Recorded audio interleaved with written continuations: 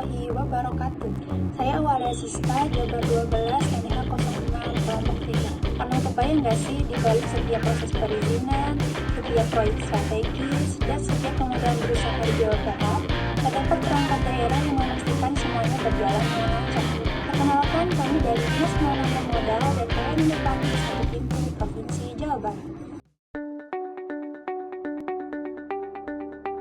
Bersama kemajuannya, Jawa Barat memiliki Dinas Penanaman Modal dan Perizinan Terpadu Satu Pintu atau Dinas PMP TSP untuk mengakomodasi masyarakat sebagai pelaku ekonomi. Dinas PMP TSP Jabar terus berupaya menjadi lembaga pelayanan penanaman modal dan perizinan yang andal dan profesional. PMP TSP Jabar mengakomodasi minat masyarakat berinvestasi, meliputi pengembangan iklim penanaman modal, promosi penanaman modal, pelayanan penanaman modal, pengendalian pelaksanaan penanaman modal, serta pelayanan data dan sistem informasi penanaman modal. Cepat, mudah, lancar, lebih mudah, transparan, dan nyaman. Kami siap melayani Anda karena kita pantas. Berlokasi di Jalan Windu nomor 26 Bandung, kami siap melayani masyarakat.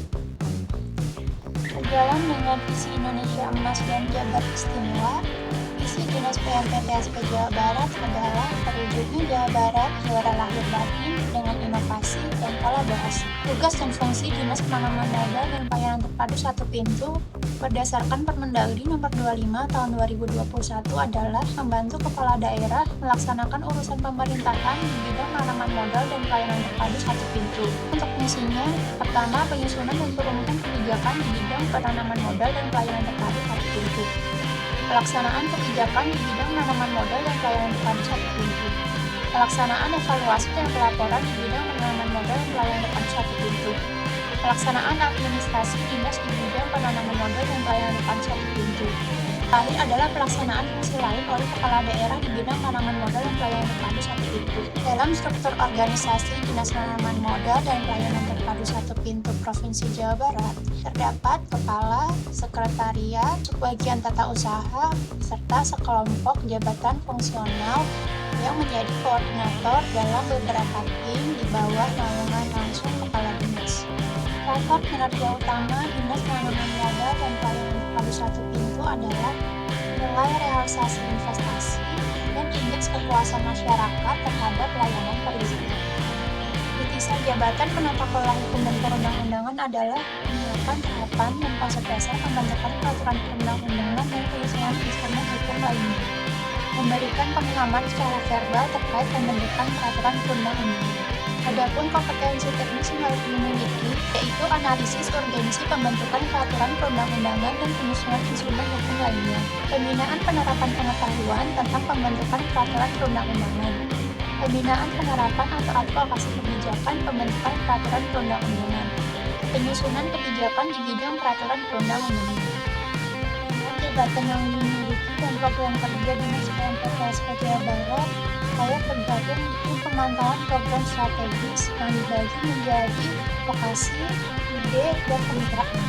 Di bawah tim monitoring program strategis, tidak hanya melihat dari sisi dokumen dan peraturan, tapi kami juga turun ke lapangan, mengawasi, mengevaluasi, dan memberikan masukan agar program-program yang dicanangkan pemerintah provinsi bisa berjalan dengan lancar, tepat waktu, dan yang paling penting tidak menyalahi aturan yang ada. Selain itu, kami juga diberi kesempatan untuk belajar langsung di garis depan pelayanan. Dilibatkan dalam proses penerbitan nomor induk berusaha atau NIB. Wujud Smart ASN sebagai penata kelola hukum dan perundang-undangan. Dalam profesionalisme dan integritas, tidak hanya menguasai dan memahami regulasi, tetapi juga mampu memberikan interpretasi hukum yang akurat dan mudah dipahami oleh masyarakat, investor, dan pelaku usaha.